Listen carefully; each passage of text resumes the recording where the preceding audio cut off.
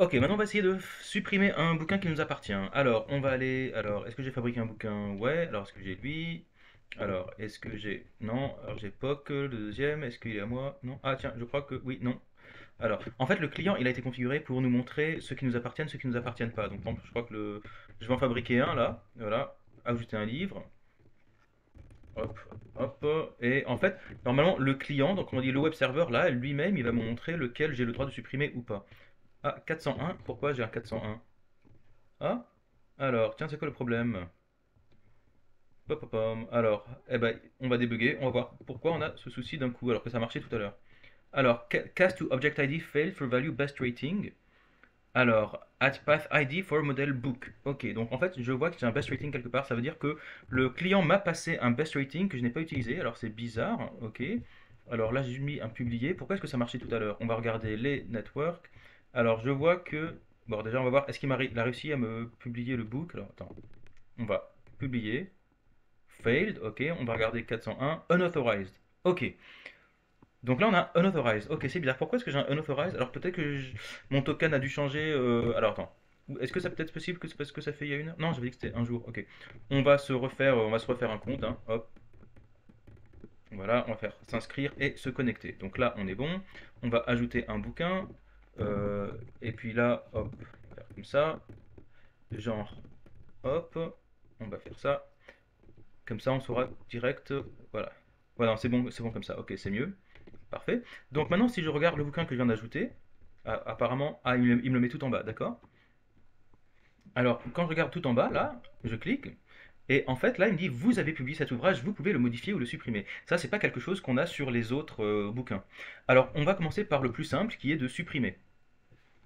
On va faire ça, il me dit, êtes-vous sûr de vouloir supprimer le livre? Oui.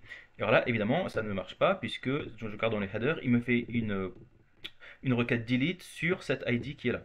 Donc déjà le premier truc c'est on va commencer par fabriquer ça, cette commande. Alors on va aller dans notre alors c'était donc le book router et le book controller pardon, et donc on va faire un post pareil sur le delete. Alors booksrouter.delete, c'est pareil, on va lui passer un slash de point .id. Et cette fois, on va bien faire un check token parce qu'on veut être sûr qu'on est autorisé à supprimer un bouquin. Alors, on va faire notre fonction deleteBook.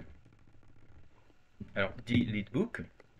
Alors, pareil, on va dire rec, hop, rec res. Et puis, qu'est-ce qu'on va lui dire? Allez, vas-y. Voilà. Oula, ah, ah ben yes, merci copilote, il fait tout pour nous, hein. Bon, on va quand même pas faire ça, c'est un peu tricher. Donc, ce qu'on va faire déjà pour commencer, c'est on va voir que là, on a l'ID qui est dans les params là, on a noté ID. Donc déjà, on va le récupérer depuis les rec.params.id. Puis déjà, on va commencer par loguer ça, voir si ça marche. Oups, allez, on va tout en bas. Ok, on va faire ça. Donc je vais lui dire delete, hop, supprimer, êtes-vous sûr? Oui. Et là, on voit qu'on a bien le ID qui est ici. Ah, j'ai mon check token aussi qui est. Attends, c'est mon token payload, je vais lui dire de se taire. Euh, Ah, attends. What user ID? Non, on va le garder pour l'instant parce qu'on va en avoir besoin un petit peu plus tard. Ok, donc là, déjà, j'ai l'ID du bouquin que je cherche à supprimer. Alors, on pourrait dire, bon, bah c'est simple, si on voulait faire un truc un peu simple et pas très sûr, juste on irait supprimer ça. Donc, on irait sur book. Alors, je crois que c'était find one and delete. Ah, je vois qu'il y a find by ID and delete, super. Et on va passer l'ID comme ça. Alors normalement, je crois que c'est une promesse, ça, autant que je me souvienne. Donc on va mettre un await devant. Et puis on va enregistrer le résultat. Alors si on veut un await, il nous faut un async. Voilà. Et on va mettre ça dans une résultat pour voir ce que Mongo nous renvoie. Et puis on va loguer le result. Ok, alors, qu'est-ce qu'il va nous dire? Si je lui fais ça, ok, supprimer, êtes-vous sûr? Oui, ok, qu'est-ce qu'il me renvoie? Alors, attends, c'est quoi? Ça c'est l'option, on s'en fout. Ah, on n'a encore rien renvoyé, donc forcément, on a. Ouais, ça n'a pas marché. Alors, qu'est-ce qu'on voit? Alors, ok, donc là, il nous montre. Très bien. Donc, en fait, dans le result, il nous renvoie. Donc, ce que je comprends, c'est qu'il nous renvoie l'objet qui vient de déliter. Parfait. Et donc là, c'est bon. Et ensuite, qu'est-ce qu'on pourrait faire? On pourrait faire bah, un res.send. Alors, je sais pas du tout ce qu'on est censé renvoyer, mais peut-être qu'on peut renvoyer, je sais pas, book deleted tout court.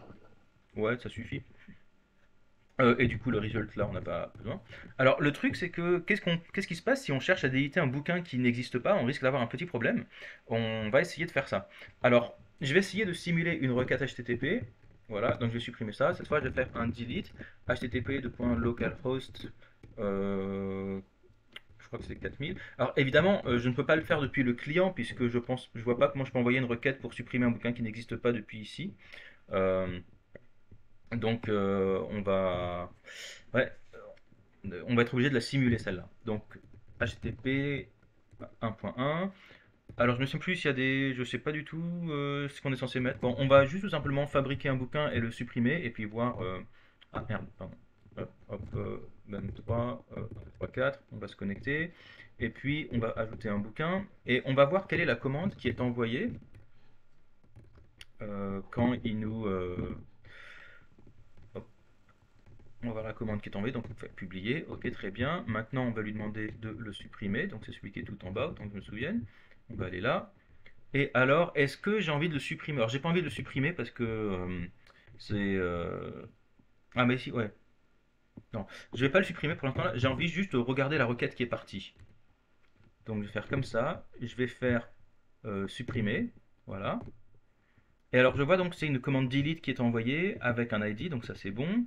Est-ce qu'il y a un payload? Donc, apparemment, dans les payloads, il n'y en a pas. Et est-ce qu'il m'envoie un header? Alors voilà qu'effectivement je vois qu'il y a une autorisation ici, voilà très bien, notre token qui est là. Ok, donc c'est tout. Donc en fait tout ce qu'il y a besoin de faire c'est de lui envoyer, voilà, je vais lui envoyer ce token là, dans le authorization, là dans ma requête. Donc je vais dire authorization, et puis je vais mettre mon token qui est là, pour lui demander de déliter quelque chose. Ah évidemment il faut que je lui passe l'ID de quelque chose à déliter. Euh, alors là apparemment on va lui dire de déliter, voilà donc normalement il n'a pas été délité, hein. Voilà, il est là. Donc je vais prendre son ID qui est là et je vais lui dire on va déliter ça.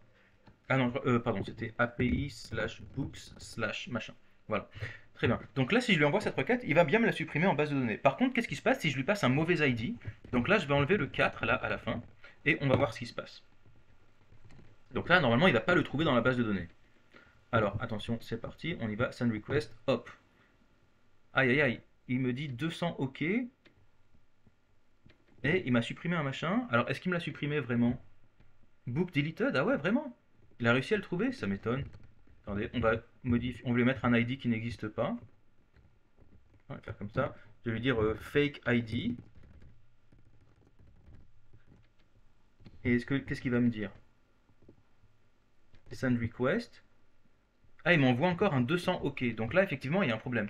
Là, en gros, il m'envoie revoit un 200 même s'il échoue. Donc ça, c'est pas super. OK. Ah bah oui, évidemment, je lui ai pas dit de faire un find by ID and delete. Oui, d'accord, évidemment. Ah oui, d'accord. On va plutôt faire ça. Et puis à la place du fake ID, je vais prendre un truc qui ressemble. Voilà. Le 4 là, je vais le mettre un 5 à la place. Donc ça ressemble à un ID, mais il va pas le trouver en base de données. Donc lui, on va le tenter. Send request. Aïe aïe aïe, book deleted. Ah bah ça c'est bizarre. Bon, je vais lui changer vraiment son F5 là. Je vais lui dire, je sais pas, je vais lui dire ABC. Là, je suis sûr qu'il n'existe pas lui. Send request. Et il me met encore un 200 OK. Donc ça c'est un problème. C'est un problème. Je vais lui demander de me montrer le résultat. Const result. Et de me loguer le result là du book qu'il a deleté. Parce que quand même, je trouve ça un petit peu bizarre. On y retourne, send request. Voilà, j'ai un result qui est nul, mais il m'envoie quand même un 200 OK. Donc ça, c'est pas super. Donc en gros, il faudrait faire une vérification si result il est nul. Donc on peut le dire, je sais pas, book in DB par exemple, on va l'appeler comme ça. Et puis je vais lui dire, bah, if book in DB est égal à null, res.statut 404, book not found. Voilà, un truc comme ça. Mais c'est bizarre quand même, hein. Pourquoi est-ce qu'il échoue pas? Je trouve ça très très bizarre. Normalement, je devrais avoir une erreur, quoi. Enfin bon. Cette fois, donc, je vais essayer à nouveau. Je vais faire un delete. Hop. Et là, j'ai un 404 not found. Voilà, book not found. Ok, donc déjà, ça, c'est un petit peu mieux. C'est un petit peu mieux. Et puis peut-être que tout ça, on pourrait le mettre dans un try aussi. C'est peut-être, voilà. S'il y a un problème de connexion, c'est toujours un petit peu mieux. Voilà. Et puis le dire s'il y a un catch. S'il y a une erreur, quoi que ce soit, tu me renvoies error et something went wrong avec e.message. Ok, console erreur, statut 500. Ok, donc jusque là ça va. Par contre, là, tant qu'on fait ça, donc bon, là ça marche. Ça veut dire que là, je pense que j'aurai le. Si je mets un supprimé ici, ça marchera. Je vais faire un cela. Parfait, donc là, hop, très bien. Et là, normalement, il a disparu. Par contre, là, regardez, on pourrait penser que c'est bon, c'est fini, sauf que là, on a une énorme faille de sécurité dans notre système. Alors, je sais qu'à mon avis, on ne va pas vous demander de vérifier ça, mais regardez. Là, actuellement, il n'y a rien qui m'empêche de supprimer le book de quelqu'un d'autre. Regardez, donc là, moi, je suis Benoît Mbreza machin. Lui, c'est quelqu'un d'autre. Vous voyez que je n'ai pas l'option de cliquer modifier ou supprimer, parce que le client, il a comparé l'ID dans le token à l'ID qui est là. Enfin, je sais pas comment il s'est débrouillé, mais en gros, il sait que c'est pas moi. Et du coup, il me montre pas le modifier, le supprimer. Mais est-ce que ça, c'est suffisamment de sécurité? Bien sûr que non. Parce que regardez, un client, il n'y a aucune sécurité qui se fait sur le client. La sécurité, ça se fait toujours du côté du serveur. Parce que entre le client et le serveur, ça communique uniquement avec des requêtes HTTP. Donc si vous faites confiance au client de vous envoyer des bonnes requêtes HTTP, vous allez forcément avoir un problème un jour. Vous allez forcément avoir un hacker qui va exploiter une faille. Donc il faut que votre serveur soit prêt à accepter des requêtes malicieuses. Regardez par exemple, malicious c'est de l'anglais plutôt, mais regardez donc là, c'est pas parce que j'ai pas le bouton supprimer que je peux pas envoyer une requête. Regardez, imaginez donc là, on a bien ce bouquin qui ne m'appartient pas, qui s'appelle Yo. Et pour être sûr que c'est, pour bien l'identifier, on va prendre le dernier. Voilà, MLK, voilà, c'est celui qui est tout en bas. Donc MLK avec une note de 2 sur 5. Il ne m'appartient pas puisqu'il n'y a pas le bouton modifier supprimer. Mais si je prends son ID, comme ça, et que dans ma requête HTTP, je lui dis s'il te plaît, delete-moi ce book là, voilà, bah, je suis sûr que ça marchera quand même. Regardez, je vais faire un send request, paf, il me dit 200 OK. Et maintenant, regardez là, hein, ce MLK, si je recharge la page, à mon avis, il n'y est plus. Voilà, il ne le trouve pas. Et maintenant, si je vais là, regardez, mon MLK, il a disparu. Donc là, j'ai réussi à supprimer le bouquin de quelqu'un d'autre. Alors comment c'est possible? Bah comment c'est possible? C'est nous qui avons rendu ça possible. C'est pas de la faute de qui que ce soit, c'est de notre faute. Regardez, qu'est-ce qu'on a dit dans le delete book? On lui a dit shop l'ID, supprime-le. Si tu le trouves pas, tu me dis book not found et puis c'est bon. Mais à aucun moment on a demandé à vérifier si c'était le nôtre. Alors, on a fait un check token, d'accord, mais alors c'est quoi le check token? Le check token, il va choper le token dans les headers. S'il n'en trouve pas, il dit non. S'il en trouve un, il va juste vérifier qu'il n'a pas été modifié. Donc en gros, ça veut juste dire qu'il va récupérer un token. Ça veut dire, ok, lui, on sait dans ce token payload, on sait que c'est ça ton user ID. Mais à aucun moment on s'en est servi de ce user ID. On a juste vérifié que le gars, eh ben, il était autorisé à nous faire des requêtes. Donc tout ce qu'on a fait, c'est, voilà, on a vérifié qu'il avait un token payload, on a vérifié le token et on a autorisé ensuite à passer au contrôleur d'après. Moi, ce que je voudrais, c'est que si je fais un delete, il suffit pas juste de vérifier le token, il faut aussi vérifier que le gars, il cherche à supprimer un bouquin qui lui appartient. Alors, comment est-ce qu'on pourrait faire ça? Eh ben, on va aller dans le delete book qui est là. Donc là, j'ai l'ID du book que je veux supprimer.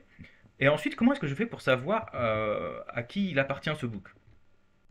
Bah, je pense que je vais être obligé de le... voilà, avant de faire un find by ID and delete, je pense que je vais être obligé de récupérer le book en question. Ouais, je vais essayer de récupérer le book en question avant de faire find by ID and delete. Avant de supprimer quoi que ce soit, je vais d'abord essayer de le récupérer. Donc je vais dire const book in db est égal à, alors await book.find by ID, voilà comme ça. Et puis on va juste loguer le book in db pour voir déjà si on a réussi à le trouver. Alors, voyons voir si ça marche comme ça. Je vais faire un send request. Alors, bookInDB est égal à nul, donc là, il ne l'a pas trouvé. Book not found, alors effectivement, parce qu'on l'a déjà supprimé. Donc, je vais plutôt prendre un qui existe, voilà. Hop. Et puis, dans la requête, là, je vais copier voilà, son ID qui est là. Donc là, on a un bon params.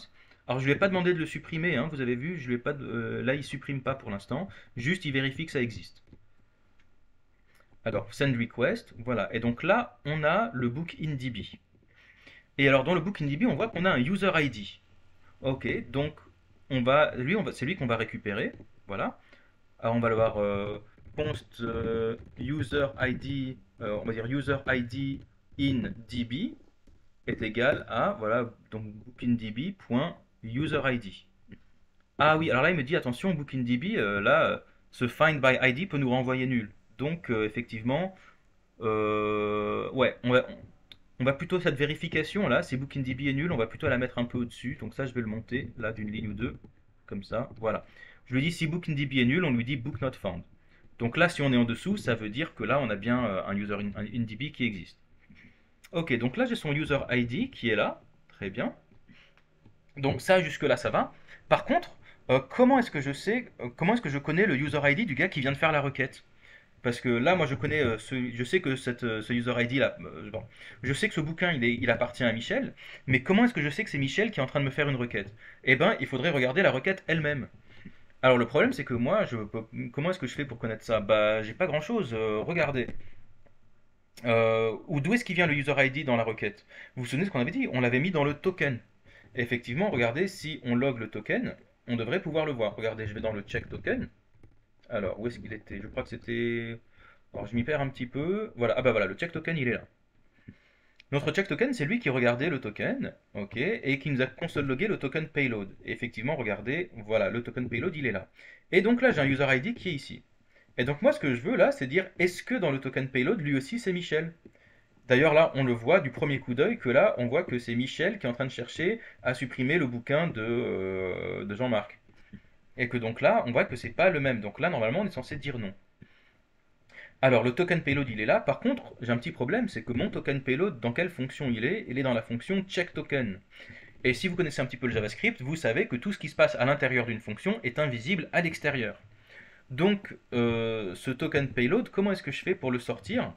Bah, on va avoir un petit souci, parce que moi, regardez, mon checkToken, il est là, et mon deleteBook, il est là. Ce sont deux fonctions différentes. Alors, comment est-ce que je peux faire pour communiquer d'une fonction à une autre? C'est un petit peu compliqué, on pourra penser, mais regardez, là, en fait, la réponse, elle est sur la ligne 10. Vous vous souvenez de ce qu'on avait dit sur comment ça marche sur Express? Vous avez une requête qui arrive sur un endpoint ici, en l'occurrence /id, qui va passer à un middleware, donc checkToken, et ensuite ce checkToken, s'il autorise la requête, elle va passer au middleware d'après ou au contrôleur, si c'est le dernier. Donc puisque la requête, elle passe d'un arrêt à un autre comme un autobus, si vous voulez passer des informations de checkToken à deleteBook, il suffit juste de rajouter un champ sur la requête. Donc par exemple, imaginez sur checkToken, là, avant d'appeler next, là juste là avant d'appeler next, là on a notre requête qu'on a reçue ici, là. Je pourrais lui rajouter par exemple rec. Je sais pas, qu'est-ce qu'on pourrait lui dire? Eh ben on va lui dire, si je lui rajoute rec. Bonjour, tu mets bonjour, bonjour, je veux dire ça va. Et ben la requête c'est le même objet qui va arriver à c'est le même objet qui va arriver à deleteBook. D'ailleurs, si je fais console.log euh, rec.bonjour, voilà, hop, rec.bonjour, et qu'on relance, donc je vais refaire un delete quelque part. Ah non, alors j'ai ma requête qui est là, hop, je vais lui faire, si je vais tout en bas là, hop, si je lui dis send request, voilà, je vois bien que j'ai rec.bonjour me dit ça va. Donc en fait, j'ai bien réussi à rajouter un champ sur la requête et à le lire dans la fonction d'après. Donc ce qu'on pourrait faire dans le check token, on pourrait lui dire, bah, puisque les fonctions d'après, elles auront sans doute besoin de regarder le user ID, au lieu de lui mettre un rec.bonjour, on va lui dire par exemple rec. Alors est-ce qu'on pourrait le mettre sur le body? J'ai pas trop envie de faire rec.body.userid, ça j'aime pas trop. Parce que parfois, moi, j'ai le client, il va m'envoyer un user ID dans le body. Et donc si je fais ça, je risque d'écraser une valeur qui existait avant. Donc j'ai pas envie de mettre j'ai pas envie de mettre quoi que ce soit sur le body parce que le body ça vient du client. Mais donc on va se fabriquer une propriété. Alors on va l'appeler comme on veut. On pourrait l'appeler token payload machin, mais moi je pense qu'on pourrait juste l'appeler user ID. Voilà. User ID c'est égal à quoi? Ce sera égal à bah, token payload qu'on a ici. Voilà. Token payload.userid. Ah, alors qu'est-ce qu'il me dit? Type user ID does not exist on type string or dot payload. Alors, ah, effectivement, oui, mais moi je sais que ça existe. Donc pour qu'il me laisse tranquille, je vais juste lui dire if token payload. Ah ouais, effectivement, si on a un token payload qui est nul, on veut pas ça. Mais de toute façon, nous on sait que le token payload, a priori, il y aura tout ce qu'on veut dedans. Mais bon, ok, on va lui dire if token. Bref, on va lui rajouter une petite vérification, hein. On va lui dire if token payload est égal à nul, ou bien token.payload.userid est égal à nul. Voilà, là à nouveau, on va lui dire allez, rest.status 401 unauthorized. Ah, et il me part, il est toujours pas content. Rec.user.id, pourquoi est-ce qu'il me dit ça? Pourquoi est-ce qu'il est pas content? Ce token payload, c'est quoi? C'est un jot.verify. D'accord. Et alors donc le verify, il me renvoie un objet, ok, mais lui il me dit pas qu'il y a un, d'accord. Et donc lui en fait il peut pas être sûr qu'il y a un user ID dessus. Effectivement. Bon, alors dans ces cas-là, on va lui mettre du optional chaining. Est-ce que je peux lui mettre un point d'interrogation juste avant pour lui dire non, il veut toujours pas. Bon, ensuite ça marchera quand même. C'est juste qu'on a un message d'erreur que j'aime pas trop. Alors c'est quoi le problème? Qu'est-ce qu'il me dit? Non. C'est quoi? Property user IDs does not exist on type string or jot payload. Ah ouais? String or jot payload? D'accord. Bon bah écoutez, je vais pas me prendre la tête, hein. Je vais lui passer tout le payload. Voilà. Voilà. Je vais lui passer tout le payload. Voilà. C'est pas un problème. Et puis comme ça, on aura donc dans le rec.userid. Alors du coup, on va peut-être pas l'appeler userid, on va l'appeler rec.token token info par exemple, token payload, on va l'appeler. Voilà. Voilà. Rec.token_payload est égal à token payload. Et il va me balancer tout directement dessus. Parfait. Du coup, maintenant, quand je vais faire mon delete, alors on va aller dans mon delete book. Alors, on me répond bonjour, on s'en fout. Là, et là, je pourrais lui dire bah, directement dans le delete book, je vais lui dire console.log token payload on request. Et là, ce sera rec.token_payload. Donc là, maintenant, si je lui dis de me faire un petit console log, send request, voilà. Alors voilà, donc là, il me dit token payload on request. Donc vous voyez qu'en fait, ça, le premier token payload, il est dans la fonction check token. Le deuxième, il est dans la fonction delete book. Et donc lui, il peut l'utiliser. Parfait, bah, il n'y a plus qu'à faire une petite vérification là-dessus. Alors, nous, c'est bookindb est égal à awaitbook.findById, machin. Const userInDB est égal à bookindb.userID. Donc là, on a notre bookindb qui est là. Donc lui, on l'a logué. Et alors, donc, notre bookindb, il est là. Maintenant, ce qu'il faudrait comparer, c'est le user ID dans le token et le user ID dans la base de données. Voilà. Et alors, user ID in DB, alors on va appeler const user ID in token, qui donc lui est égal à rec.tokenPayload.userID, comme ça. Et puis là, on va mettre une petite vérification. On va lui dire, ben, if, si c'est pas le même token, est-ce qu'on va autoriser la suppression? Bah non. On va lui dire res.statut 403 forbidden, et on peut même lui dire you cannot delete other people's books. Voilà, on va lui dire un truc comme ça. Et sinon, il m'envoie un book deleted. Alors, il faudra juste mettre la commande pour vraiment supprimer le machin de la base de données. Je vais pas le faire tout de suite, mais regardez. Là, si je fais un send request, hop, il me dit 403 forbidden, you cannot delete other people's books. Voilà. Et donc ça, c'est quand même vachement plus sûr de faire un truc comme ça. Et sinon, alors voilà, donc le await find by ID and delete, voilà ça, on va le déplacer.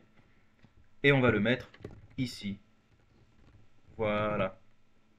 Find by ID and delete. Et puis ça, on n'a pas besoin. Hop. Parfait. Donc juste pour lire depuis le début, qu'est-ce qu'on fait dans cette fonction delete book? Eh ben, dès qu'on va faire un delete, donc on aura un params.id. Tout de suite, on va faire un check token. Le check token, il va regarder s'il y a des headers. Il va regarder dans le headers.authorization. Si autorisation est nulle, il va me dire bah, unauthorized, il n'y a pas de token donc je ne fais rien. S'il y a un token, du coup, il va me dire, il va le récupérer. Il va le vérifier à partir de notre secret. Voilà. Si dans le token payload c'est nul, il va nous dire bah, unauthorized. Sinon, bah, notre token payload, en gros, il va nous rajouter le token payload sur la requête dans un champ qu'on a décidé d'appeler token payload. Du coup, maintenant, quand on va aller dans le delete book, alors si à n'importe quel moment il y a un problème, il va me faire console erreur et il va envoyer un 401, unauthorized. Et ensuite, dans le delete book, eh bien, on va récupérer pareil donc le ID, on va essayer de le récupérer dans la base de données. Si le bookindb, si on ne le trouve pas en base de données, on lui dit book not found et on return. On return ça veut dire qu'on ne va pas plus loin. Sinon, bah alors le const user ID in DB, c'est le bookindb.userid. Le user ID in token, c'est le rec.tokenpayload.userid. Si les deux sont pas pareils, on lui dit 403, you cannot delete other people's books, et on return. Et sinon, on fait un find by ID and delete et on renvoie book deleted. Donc là, si je fais ça, normalement, ça devrait être bon. Alors je vais essayer de faire un send request là, hop. Il me dit forbidden, you cannot delete other people's books, effectivement. Par contre, là, maintenant, si je fais, est-ce que là-dedans, est-ce que j'ai des bouquins qui m'appartiennent là-dedans? Non, il ne m'appartient pas, donc je vais en fabriquer un vite fait. Ajouter un book, to delete, delete, année de publication 1, 2, 3, genre delete. On va faire ajouter une image. Non, hop. Allez, allez. Parfait. On publie. Maintenant, on regarde nos bouquins. Tout en bas, to delete. Alors lui, je vais chercher à le supprimer. Hop, êtes-vous sûr? Oui. Ok, et il me semble qu'il a bien été supprimé. Voilà, to delete a bien été supprimé. On va quand même vérifier dans la base de données, mais voilà, a priori, il est quand même bon.